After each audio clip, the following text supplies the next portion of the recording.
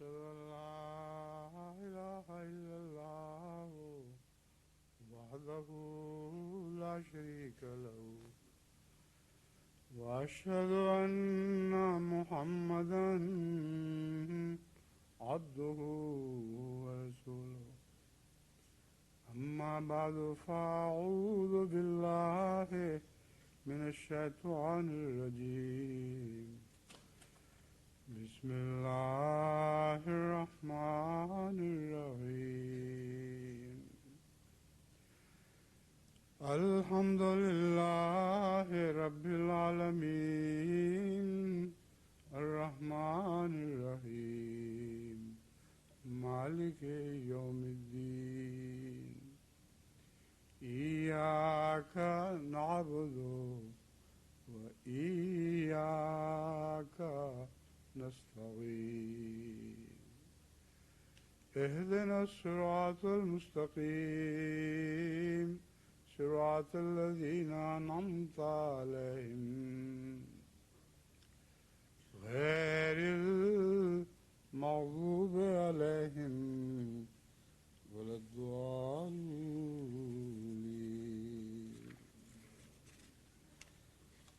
أمن يجيب المضطر إذا دعاه ويكشف السوء ويجعلكم خلفاء الأرض أإله مع الله قليلا ما تذكرون سورہ النمل آیت 63۔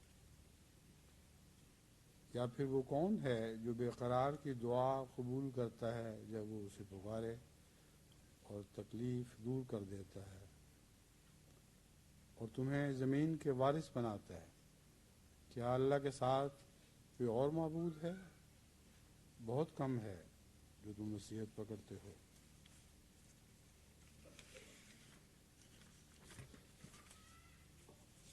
یہ عجیب تصرف ہے کہ 2-3 دن پہلے لندن میں پرائیویٹ سیکرٹری صاحب نے ایک دوست کا خط پیش کیا جس میں انہوں نے بڑے زور سے استدعا کی تھی کہ بیماریوں سے شفا پانے کے متعلق بھی تو حضرت اقدس محمد رسول اللہ صلی اللہ علیہ وسلم کی احادیث بیان کریں، آپ کی دعائیں بیان کریں، کیونکہ ہر جگہ لوگوں کو بیماریوں کا سامنا رہتا ہے اور ہم چاہتے ہیں کہ ایسے ان الفاظ میں دعا کریں جن الفاظ میں حضور اکرم صلی اللہ علیہ وآلہ وسلم اپنوں کی بیماریوں کے لیے شفا کی دعا کیا کرتے تھے اور غیروں کی بیماریوں کے لیے دعا کی شفا کیا کرتے تھے،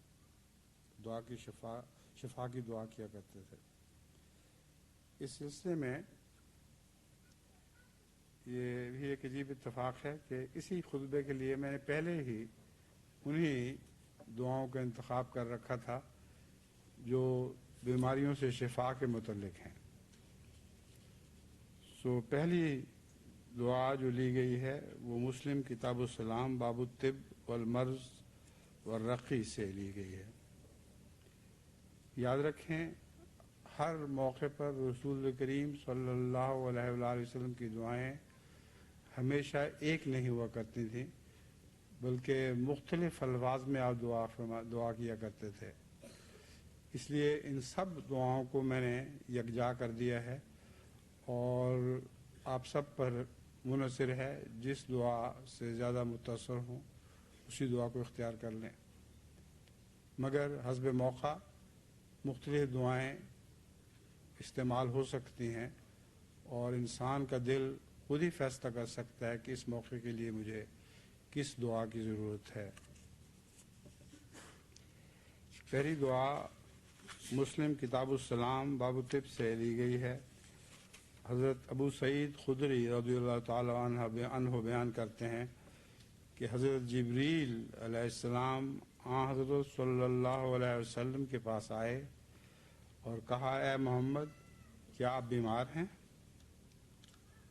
آپ نے جواب دیا، ہاں میں بیمار ہوں۔ اس پر حضرت جبرائیل علیہ السلام نے یہ دعا کی اللہ تعالیٰ کا نام لے کر میں آپ پر دم کرتا ہوں، وہ آپ کو ہر ایسی بات سے محفوظ رکھے جو نقصان دہ ہے، ہر ایسی چیز سے بچائے جو دکھ دے سکتی ہے، وہ ہر برے شخص کی برائی سے اور حسد کرنے والے کی بد نظری سے آپ کی حفاظت فرمائے۔ اللہ تعالیٰ آپ کو شفا دے۔ اللہ تعالیٰ کا نام لے کر میں آپ پر دم کرتا ہوں۔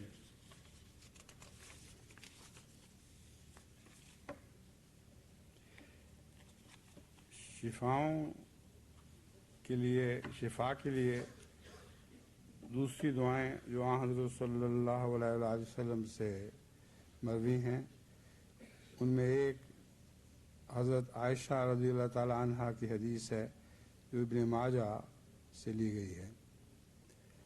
حضرت عائشہ رضی اللہ تعالیٰ عنہ روایت کرتی ہیں کہ رسول کریم صلی اللہ علیہ وآلہ وسلم جب کسی بیمار کی عیادت کے لیے تشریف لے جاتے تو اس کے لیے دعا کرتے، اے تمام لوگوں کے رب، اس کی بیماری دور فرما اور اسے شفا عطا کر، کیونکہ شفا عطا کرنے والا تو ہی ہے۔ اذهب الباس رب الناس واشف انت الشافی لا شفاء الا شفاؤک شفاء لا یغادر سقما۔ اے تمام لوگوں کے رب، اس کی بیماری دور فرما اور اسے شفا عطا کر، کیونکہ شفا عطا کرنے والا تو ہی ہے، تیری شفا کے سوا کوئی شفا نہیں۔ ایسی شفا عطا کر کہ کچھ بھی بیماری باقی نہ رہے۔ ایک حدیث ابن ماجہ سے لی گئی ہے جس میں رافع بن خدیج رضی اللہ تعالیٰ عنہ روایت کرتے ہیں کہ میں نے نبی اکرم صلی اللہ علیہ وسلم کو یہ فرماتے ہوئے سنا کہ بخار جہنم کی لپیٹ سے ہے، یعنی ایک قسم کی جہنم ہے، آگ سے لگ جاتی ہے بدن کو، اس لیے اسے پانی سے ٹھنڈا کرو۔ آپ کے ایک بیٹے کی آپ عمار رضی اللہ تعالیٰ عنہ کے ایک بیٹے کی تیمارداری کو گئے اور دعا کی کہ اے اللہ جو لوگوں کا رب ہے اور لوگوں کا معبود ہے، اس تکلیف کو دور فرما دے۔ یاد رکھیں کہ آج کل بھی اس ترقی کے زمانے میں بھی بعض دفعہ بہت تیز بخاروں سے نپٹنے کے لیے ان کو پانی سے ٹھنڈا کرنے کا طریق ڈاکٹر اختیار کرتے ہیں، اور بعض اوقات تو ٹھنڈا پانی انڈیلا بھی جاتا ہے ان پر، لیکن جس بخار کا اترنا مقدر نہ ہو وہ باوجود اس کے خواہ ٹھنڈے پانی کی مشقیں انڈیل دیں ان پر، وہ اترتا نہیں۔ ہم نے خود دیکھا ہے بعض ایسے مریضوں کو جن کے اوپر ڈاکٹر نہایت ٹھنڈا پانی بار بار نشاور کرنے انڈیلنے کی نصیحت کرتے تھے، لیکن ایک ذرہ بھی اس بخار کو فرق نہیں پڑا۔ بس اصل تو دعائی ہے جو بخاروں کو ٹھنڈا کر سکتی ہے۔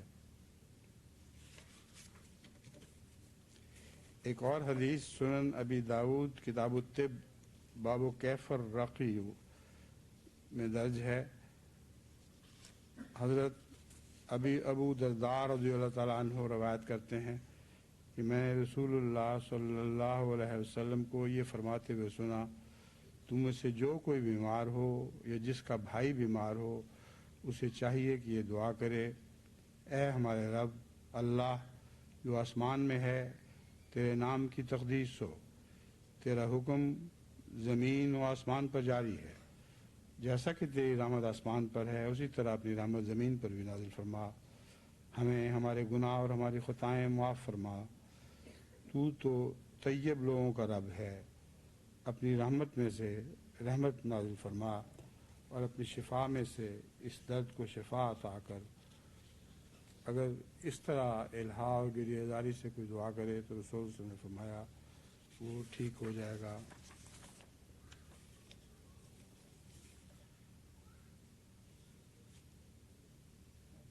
ایک حدیث ابن ماجہ میں حضرت ابو ہریرہ رضی اللہ تعالیٰ عنہ سے مروی ہے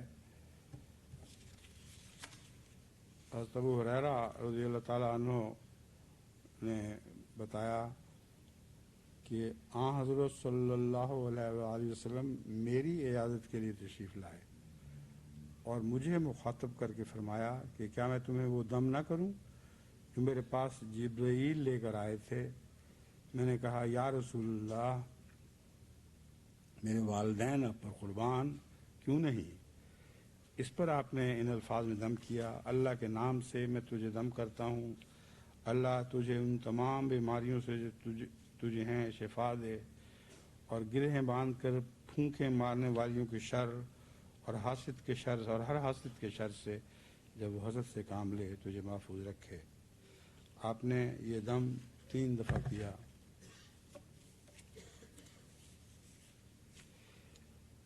ایک روایت پھسل جاتے ہیں، کاغذ نیچے ٹیڑھا ہے نا، اس کی یہاں رکھ رہا ہوں میں. ایک روایت بخاری کتاب الطب سے لی گئی ہے. حضرت عبدالعزیز بیان کرتے ہیں کہ میں اور ثابت حضرت انس بن مالک کے پاس گئے. ثابت نے کہا اے ابو حمزہ، میں بیمار ہو گیا ہوں. اس پر انس رضی اللہ تعالیٰ عنہ نے کہا کیا میں تم کو وہ دم نہ کروں جو رسول اللہ صلی اللہ علیہ وسلم کیا کرتے تھے؟ ثابت نے کہا کیوں نہیں؟ اس پر انس رضی اللہ تعالیٰ عنہ نے کہا اے اللہ جو لوگوں کا رب ہے، تکالیف کو دور کرنے والا ہے، تو شفا عطا فرما، کیونکہ شفا دینے والا تو ہی ہے، تیرے سوا کوئی شفا دینے والا نہیں. ایسی شفا عطا فرما جو بیماری کا نام و نشان تک نہ چھوڑے.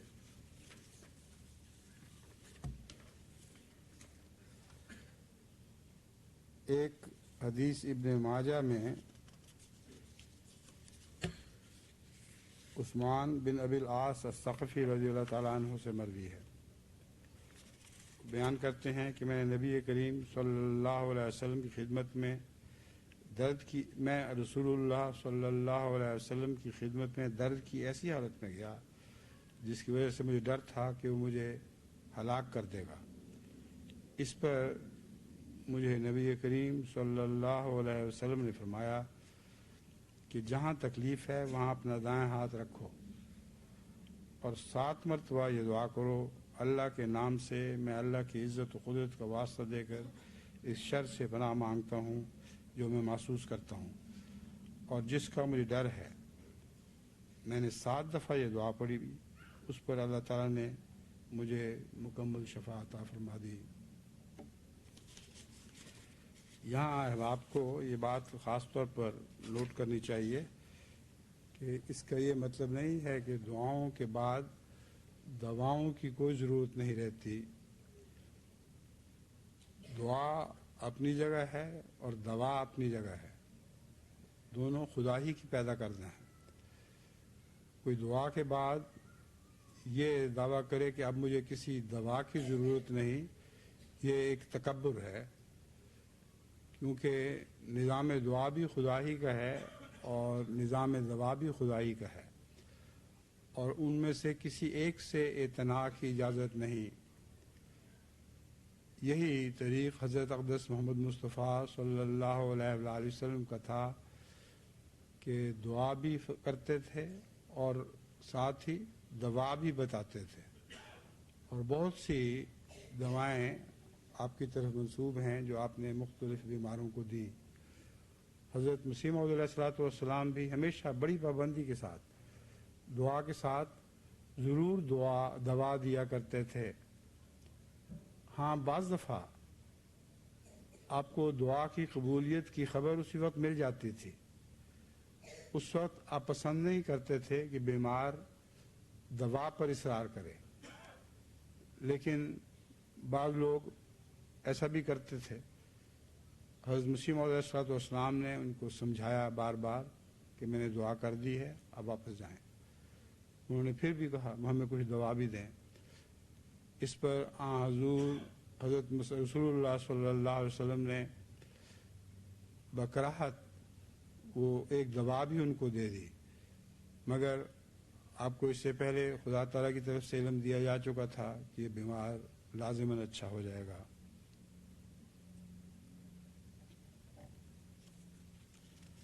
اس لیے ہم بھی بڑی پابندی کے ساتھ دعائیں تجویز کرتے ہیں. جن جن لوگوں کا بھی مجھے دعا کے لیے خط موصول ہوتا ہے، میں جہاں تک مجھے توفیق ہو میں ان کو دعا بھی تجویز کر دیتا ہوں، یا ان کے خطوط ہمارے جو ماہرین ہیں ہومیوپیتھک کے ان کو بھیج دیتا ہوں کہ وہ ان کو غور سے پڑھ کر ان کو مناسب دوا بھی بھیجیں. ہاں اگر کبھی دوا مہیا ہی نہ ہو، ناممکن ہو کہ کوئی دوا حاصل یا استعمال کی جا سکے، تو پھر لازماً خدا تعالیٰ بعض دعاؤں میں بھی اتنی برکت رکھ دیتا ہے کہ بغیر کسی دوا کے آنن فانن مرض دور ہو جاتا ہے. اس کا مجھے ذاتی تجربہ بھی ایک دفعہ پشاور میں ہوا تھا. وہاں اس زمانے میں غیر احمدی دوستوں کو بلانے کی کھلی اجازت تھی اور بڑے کثرت سے لوگ مسجد میں حاضر ہوتے تھے تاکہ ان کو سوال جواب کا موقع دیا جائے. اچانک مجھے اتنی شدید سر درد شروع ہوئی کہ جس کے ساتھ جس طرح میگرین میں الٹی بھی آتی ہے، شدید قے کا رجحان تھا، اور کچھ سمجھ نہیں آ رہی تھی کہ اب میں اس طرح کیسے ان کے سامنے کھڑا ہوں گا. اگر خدا نخواستہ مجھے الٹی آ گئی تو سارے کہیں گے کہ دیکھو یہ جھوٹا تھا، اس لیے خدا نے اس کو ہمارے سامنے ذلیل کر دیا. یہی فکر مجھے دامنگیر تھی جب میں سجدے میں گیا، اور اس وقت میں نے خدا سے دعا کی کہ اے اللہ مجھے شماتت اعضاء سے بچا، میں تو صرف تیرے ایک عاجز بندہ ہوں، تیری خاطر یہاں آیا ہوں، اس لیے تو اپنے فضل سے اس بلا کو ٹال دے. سجدے میں یہ دعا کرتا رہا اور اس بات کو بھول ہی گیا کہ مجھے کوئی بیماری بھی تھی. جب سجدے سے سر اٹھایا تو بیماری کا نام و نشان تک نہیں تھا. ایسی صفا ہوئی تھی کہ میں اس کا تصور بھی نہیں کر سکتا تھا. تو میں آپ کو خدا کی قسم کھا کر اپنے ذاتی تجربے پر یہ بتاتا ہوں کہ جب دعا مہیا نہ ہو سکے اور ناممکن ہو کہ کوئی دوا استعمال کی جا سکے تو پھر پورے توکل کے ساتھ دعا کریں. اگر اضطرار و گریہ ازاری کے ساتھ دعا کریں گے تو عجب نہیں کہ خدا اس کو قبول فرما لے. ایک حدیث ابن ماجہ سے لی گئی ہے. حضرت ابن عباس روایت کرتے ہیں رضی اللہ تعالیٰ عنہ کہ نبی کریم صلی اللہ علیہ وآلہ وسلم بخار کے لیے اور تمام قسم کے دردوں کے لیے یہ دعا سکھایا کرتے تھے کہ مریض یہ دعا کرے کہ اللہ کے نام سے جو بہت بڑا ہے، اس اللہ تعالیٰ کی پناہ میں آتا ہوں جو بڑی عظمت والا ہے، ہر جوش مارنے والی آگ سے اور آگ کی تپش کے شر سے. ایک حدیث ابن ماجہ میں حضرت ابو ہریرہ رضی اللہ تعالیٰ عنہ سے مروی ہے کہ ایک شخص کو بچھو نے ڈنگ مارا، وہ اس رات سو نہ سکا. رسول اللہ صلی اللہ علیہ وسلم کی خدمت میں عرض کی گئی کہ فلاں شخص کو بچھو نے ڈنگ مارا تھا اور وہ ساری رات سو نہ سکا. اس پر آپ نے فرمایا کاش کہ وہ شام کے وقت یہ دعا کر لیتا، اعوذ بکلمات اللہ التامات من شر ما خلق، کہ میں اللہ تعالیٰ کے کامل کلمات کے ذریعے سے اس کی پیدا کردہ مخلوق کے شر سے پناہ مانگتا ہوں. تو اسے بچھو کا ڈنگ مارنا کچھ بھی تکلیف نہ دیتا یہاں تک کہ صبح ہو جاتی. اب یہ بھی ایک ایسا ہی موقع ہے جہاں بچھو کے کاٹے کی کوئی دوا معلوم نہیں تھی، اور لازماً یہ دعا اگر گریہ ازاری اخلاص اور الہا کے ساتھ کی جاتی تو ضرور فائدہ پہنچاتی. لیکن ہم نے اپنے تجربے سے دیکھا ہے کہ دعا کے علاوہ دوا دینا جہاں ممکن ہو وہ ضرور دینی چاہیے. ہمارے ایک ہندو نو مسلم مبلغ مورانی صاحب بچھو کے کاٹے اور سانپ کے کاٹے کے لیے ایک ایک دوا میں جو ہومیوپیتھک دوا تھی سارے تھر کے علاقے میں مشہور ہو گئے تھے. وہ دوا جو دیتے تھے چند منٹ میں ہی بچھو کے کاٹے کی تکلیف جو بہت شدید ہوتی ہے آن فان غائب ہو جایا کرتی تھی. لیکن ان کو میں نے ہی ان کی وقف جدید میں تربیت کی تھی، طبی تربیت بھی اور روحانی تربیت بھی. ان کو سمجھایا ہوا تھا کہ دعا کے ساتھ یہ کرنا ہے، بغیر دعا کے اللہ کا حکم نہ ہو تو کوئی دوا کام نہیں کرے گی. ایک حضرت عائشہ رضی اللہ تعالیٰ عنہ کی دلچسپ حدیث ہے جو حضرت ابو بکر اور حضرت بلال رضوان اللہ علیہما کی دعا سے تعلق رکھتی ہے اور شفا سے تعلق رکھتی ہے. حضرت عائشہ رضی اللہ تعالیٰ عنہ بیان کرتی ہیں، یہ حدیث صحیح بخاری کتاب المرضعہ میں ہے کہ جب رسول اللہ صلی اللہ علیہ وسلم مدینہ تشریف لائے تو حضرت ابو بکر رضی اللہ تعالیٰ عنہ اور حضرت بلال رضی اللہ تعالیٰ عنہ کو بخار ہو گیا. میں ان دونوں کے پاس عیادت کے لیے گئی. میں نے پوچھا، ابا آپ کا کیا حال ہے، اور اے بلال تم اپنے آپ کو کیسا پاتے ہو؟ کہتے ہیں جب حضرت ابو بکر رضی اللہ تعالیٰ عنہ کو بخار ہوتا، وہ کہتی ہیں کہ جب حضرت ابو بکر رضی اللہ تعالیٰ عنہ کو بخار ہوتا تو وہ شعر پڑھا کرتے تھے، کل امرئ مصبہ فی آلہ والموت ادنیٰ من شراک نالہ. ہر شخص اپنے گھر والوں میں خوشی خوشی صبح کرتا ہے اور نہیں جانتا کہ موت اس کے جوتے کے تسمے سے بھی زیادہ اس کے قریب ہے. اسی طرح حضرت بلال رضی اللہ تعالیٰ عنہ کے متعلق روایت کرتی ہیں کہ وہ جب بخار اتر جاتا تھا تو یہ شعر پڑھا کرتے تھے، الا لیت شعری هل ابیتن لیلۃ بوادم وحولی اذخر وجلیل وهل اردنا یوم میاہ مجنۃ وهل تبدون لی شامۃ وتفیل. کہ کاش کہ میں ایک رات پھر اپنی وادی میں گزاروں جہاں میرے ارد گرد اذخر اور جلیل گھاس ہو.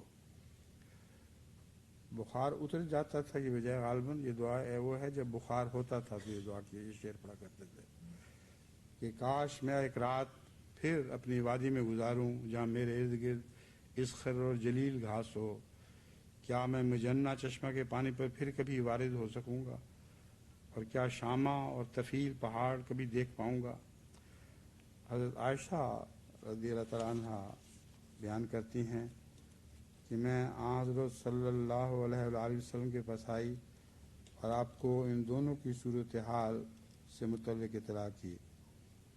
آپ نے دعا کی، اللہم حبب الینا المدینہ کا حبنا مکہ تھا، کہ اے اللہ ہمارے لیے مدینہ اسی طرح پیارا کر دے جیسا کہ ہمیں مکہ پیارا ہے. دراصل مدینہ میں ملیریا کی وبا بہت عام تھی کیونکہ وہ پانی والا علاقہ تھا اور کثرت سے بڑے مضر مچھر وہاں پیدا ہوتے تھے، اور مکہ چونکہ خشک علاقہ تھا وہاں کوئی مچھر نہیں تھا. تو وہاں حضور صلی اللہ علیہ وسلم نے اس وقت یہ دعا کی، اے اللہ ہمارے لیے مدینہ اسی طرح پیارا کر دے جیسا کہ ہمیں مکہ پیارا ہے، یا اس سے بھی زیادہ. اے اللہ اس کی آب و ہوا کو صحت مند بنا دے، اس کی آب و ہوا کو صحت مند بنا دے، اور ہمارے لیے اس کے مد اور سا کے پیمانوں میں برکت رکھ دے، اور اس کے بخار کو یہاں سے پجفا کی طرف منتقل فرما دے. حضرت سعد رضی اللہ تعالیٰ عنہ کی شفا کے لیے ایک دعا. حضرت عائشہ بنت سعد اپنے باپ سے روایت کرتی ہیں کہ ترجمہ پڑھتا ہوں کہ حضرت عائشہ صدیقہ مراد نہیں ہے، عائشہ بن سعد رضی اللہ ایک اور خاتون ہیں. روایت کرتی ہیں کہ ان کے والد نے بتایا کہ میں مکہ میں سخت بیمار ہو گیا اور نبی کریم صلی اللہ علیہ وسلم میری عیادت کو تشریف لائے۔ بس بیماریاں تو صرف ملیریا ہی نہیں، اور بھی ہر قسم کی ہوتی ہیں، خشکی کی الگ بیماریاں ہوتی ہیں، پانی والے علاقے کی الگ۔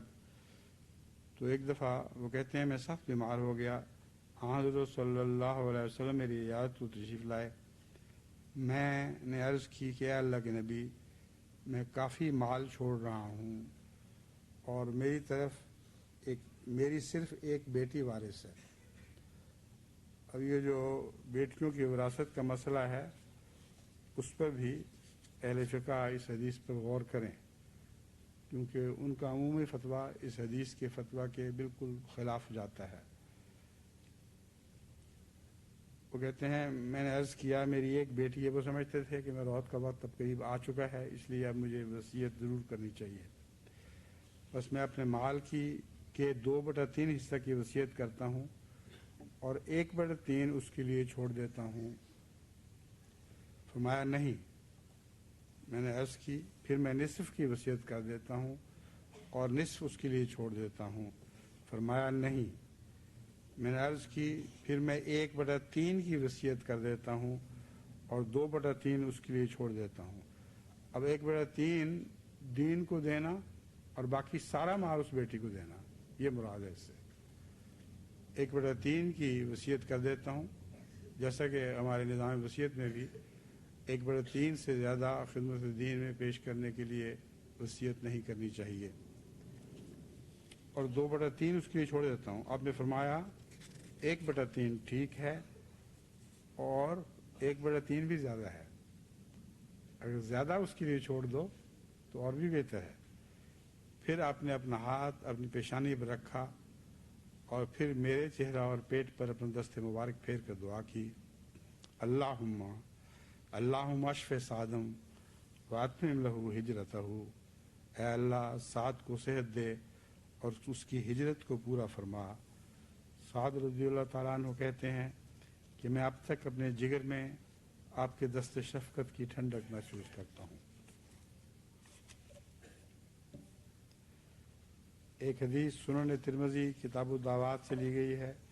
حضرت عثمان بن ابو العاص رضی اللہ تعالیٰ عنہ بیان کرتے ہیں کہ ایک دفعہ حضور صلی اللہ علیہ وسلم میرے پاس آئے جبکہ میں درد میں مبتلا تھا جو مجھے ہلاک کیے جا رہا تھا۔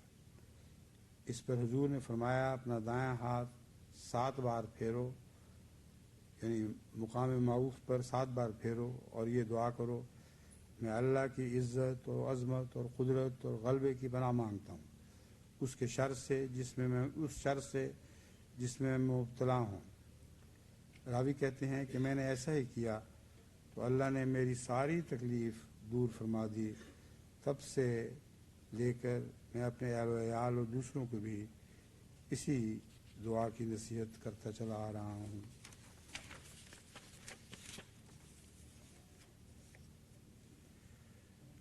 اب دیکھیں مختلف لوگوں نے مختلف دعائیں سنی تھیں اور جب ان کو اپنے حال پر کام کرتے ہوئے دیکھا تو اسی کی نصیحت آگے کرنے لگ گئے۔ یہ رواج انسانی فطرت کا حصہ ہے۔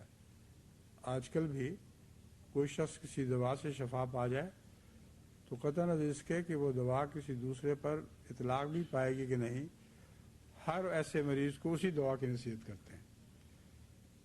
تو یہ ایک عام رسم ہے، لیکن اس زمانے میں جو حضرت صلی اللہ علیہ وسلم کی دعا سے شفا پاتا تھا وہ رسماً نہیں بلکہ ایک پاک سنت کے طور پر اس دعا کو اپنے ساتھیوں کو اور عزیزوں کو کے سامنے بیان کیا کرتا تھا۔ ایک روایت بخاری کتاب الجنائز سے لی گئی ہے، انس رضی اللہ تعالیٰ عنہ۔ حضرت انس رضی اللہ تعالیٰ عنہ بیان کرتے ہیں کہ ایک یہودی لڑکا حضرت صلی اللہ علیہ وسلم کا خادم تھا، وہ بیمار ہو گیا۔ حضرت صلی اللہ علیہ وسلم اس کی عیادت کے لیے تشریف لے گئے، اس کے سرہانے بیٹھ گئے اور اسلام قبول کرنے کے لیے کہا۔ اب معلوم ہوتا ہے کہ رسول اللہ علیہ وسلم کو خبر ہو گئی تھی کہ یہ مرض الموت ہے اور اس جسمانی مرض سے اس کی شفا پانے کا کوئی موقع نہیں رہا۔ اس وقت آپ کو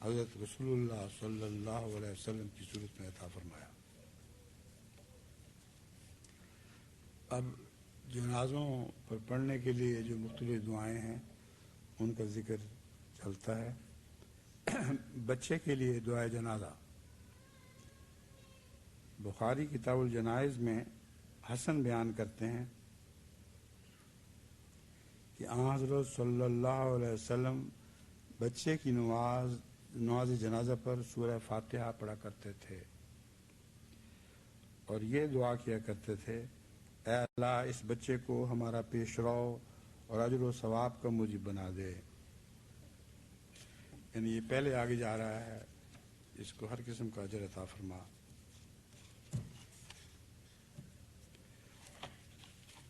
دعائے جنازہ بھی مختلف موقعوں پر مختلف طریق پر ادا کی گئی ہے، اور اس وقت جو جماعت میں رائج طریق ہے یہ مختلف احادیث اور مختلف حضرت رسول اللہ صلی اللہ علیہ وسلم کی دعاؤں سے اخذ کرتے ہوئے ایک طریق کی نماز جنازہ اخذ کر لیا گیا ہے، اور مجھے پورا اطمینان ہے کہ یہی وہ طریق تھا جو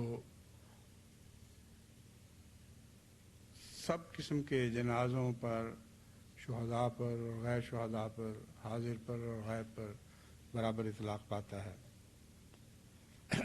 نمبر 1 دعائے جنازہ۔ مسند احمد بن حنبل میں حضرت ابو ہریرہ رضی اللہ تعالیٰ عنہ سے مروی ہے کہ رسول اللہ صلی اللہ علیہ وسلم کسی کی نماز جنازہ پڑھاتے تو یہ دعا کرتے، اے اللہ ہمارے زندوں اور ہمارے مردوں کو، ہمارے حاضر اور ہمارے غیر حاضر کو، ہمارے چھوٹوں اور ہمارے بڑوں کو، ہمارے مردوں اور ہماری عورتوں کو معاف فرما دے۔ اے اللہ ہم میں سے تو جس کو زندہ رکھے اسے اسلام پر زندہ رکھنا، اور ہم میں سے جسے تو موت دے اسے ایمان پر قائم ہونے کے لیے موت دینا۔ یہ وہ دعا ہے جو تیسری تکبیر کے بعد مانگی جاتی ہے۔ حضور اکرم صلی اللہ علیہ وسلم کے الفاظ ہی میں، اس میں ترمذی کی روایت میں ایک اور دعا کا اضافی ذکر ہے جس کو ہم اسی طرح حضرت صلی اللہ علیہ وسلم کی اس دعا کے ساتھ آخر پر پڑھتے ہیں۔ وہ یہ ہے، اللہم لا تحرمنا اجرہ ولا تفتنا بعدہ، کہ اللہ اس کے اجر سے ہمیں محروم نہ رکھنا اور اس کے بعد ہمیں کسی آزمائش میں نہ ڈالنا۔ ایک اور دعا جنازہ جو مسند احمد بن حنبل سے ماخوذ ہے وہ یہ ہے، علی بن شماخ نے مجھے بتایا کہ میں نے مروان کو دیکھا کہ اس نے ابو ہریرہ رضی اللہ تعالیٰ عنہ سے سوال کیا کہ آپ نے رسول اللہ صلی اللہ علیہ وسلم کو نماز جنازہ کس طرح ادا کرتے ہوئے سنا؟